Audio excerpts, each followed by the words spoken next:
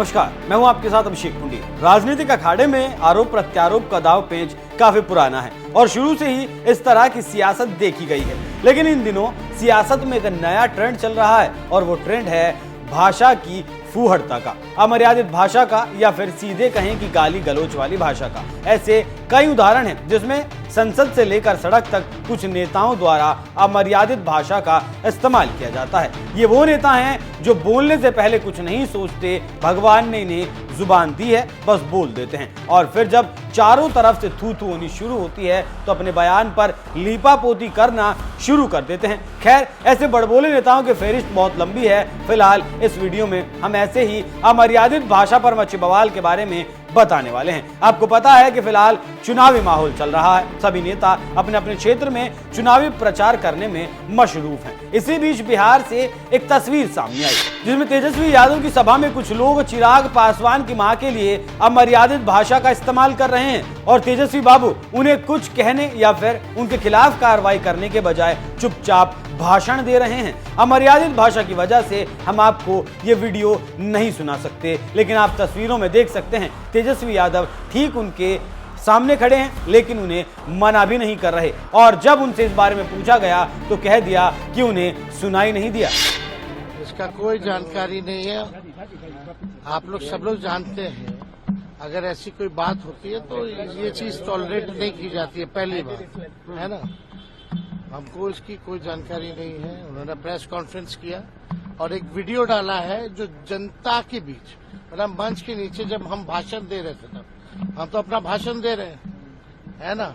उसमें तो कुछ समझ में आता नहीं। लोग जो है नारे लगाते हैं, कौन क्या बोल रहा, कोई अपने वीडियो बना करके डाला है उसमें।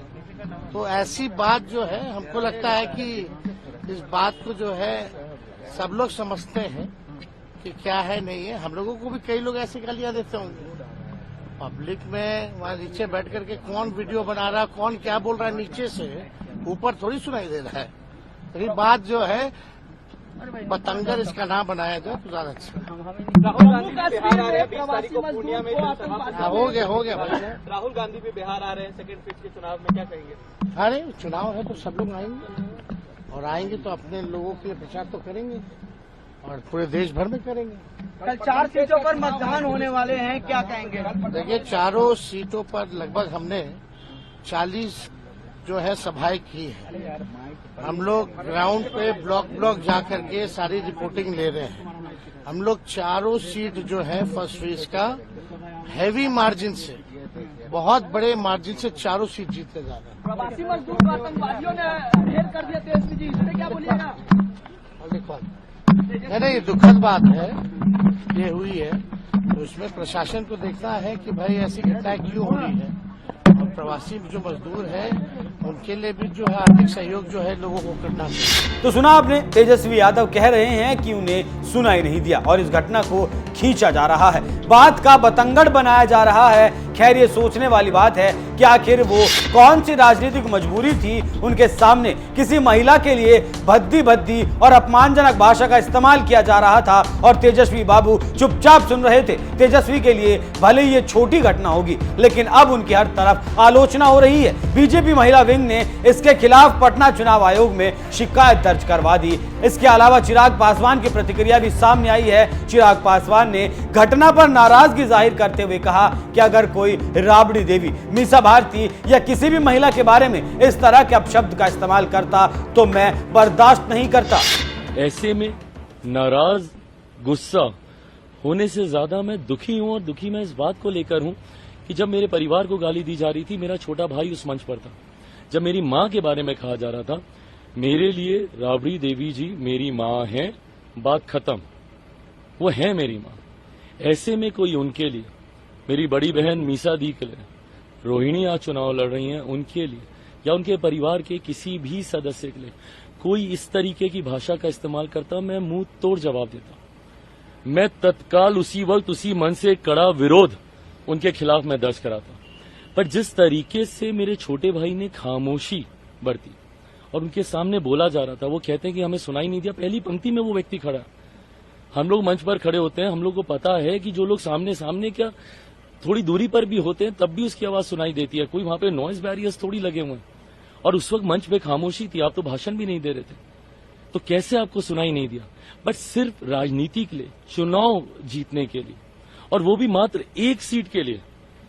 ये मेरी ही लोकसभा का ये वीडियो है, जमुई का ये वीडियो है, वहां पर एक सीट जीतने के लिए मेरे जीजा जी अरुण भारती जी को हराने के लिए जिस तरीके से उनकी महिला प्रत्याशी भी बगल में खड़ी हैं, ये अगर भविष्य में अगर सांसद बनती हैं, ये महिलाओं का संरक्षण करेंगी जो अपने सामने महिला के होते हुए अपमान को ये देख रही हैं। मुझे तकलीफ बस इस बात की है कि एक शब्द तो बोला जाना चाहिए था। सिर्फ चिराग पासवान ही नहीं, इस वीडियो के वायरल होने के बाद बिहार के उप मुख्यमंत्री सम्राट चौधरी और विजय कुमार सिन्हा ने भी इसकी कड़ी आलोचना की है। उन्होंने क्या कुछ कहा, आप खुद सुन लीजिए। अत्यंत ही दुर्भाग्यपूर्ण है कि देश के दलितों के मसीहा स्वर्गीय रामविलास पासवान जी के पत्नी को और श्री चिराग पासवान जी की माता जी को जिस तरह गाली गलौज राष्ट्रीय जनता दल के द्वारा किया जा रहा, यह अशोभनीय है, दुख है, पीड़ादायक है और जरूर कार्रवाई होगी, चुन कर कार्रवाई होगी, इतना कंफर्म करता हूं। एक भी व्यक्ति जो गाली देने वाले लोग हैं उसको बचने नहीं चाहिए। देखिए, दुखद दुर्भाग्यपूर्ण है और राजनीति का इस स्तर पर जाना उनके मानसिकता और संस्कार को दर्शाता है। तो इस तरीके से आप समझ सकते हैं कि चिराग पासवान की मां के लिए अमर्यादित भाषा के इस्तेमाल का मुद्दा कितना गर्म आया हुआ है। वैसे सच पूछिए तो राजनीति अपनी जगह और महिलाओं की इज्जत करना अपनी जगह, लेकिन ऐसे लोगों को ये बात समझ नहीं आएगी, क्योंकि ये लोग जो भरी सभा में खुलेआम चिराग पासवान की मां के लिए अपशब्द का इस्तेमाल कर रहे हैं, उन्हें गाली दे रहे हैं, उनके लिए महिलाओं की इज्जत क्या ही मायने रखती होगी। खैर, आप ऐसे लोगों के लिए क्या कहेंगे, अपनी राय हमें कमेंट कर जरूर बताएं। नमस्कार।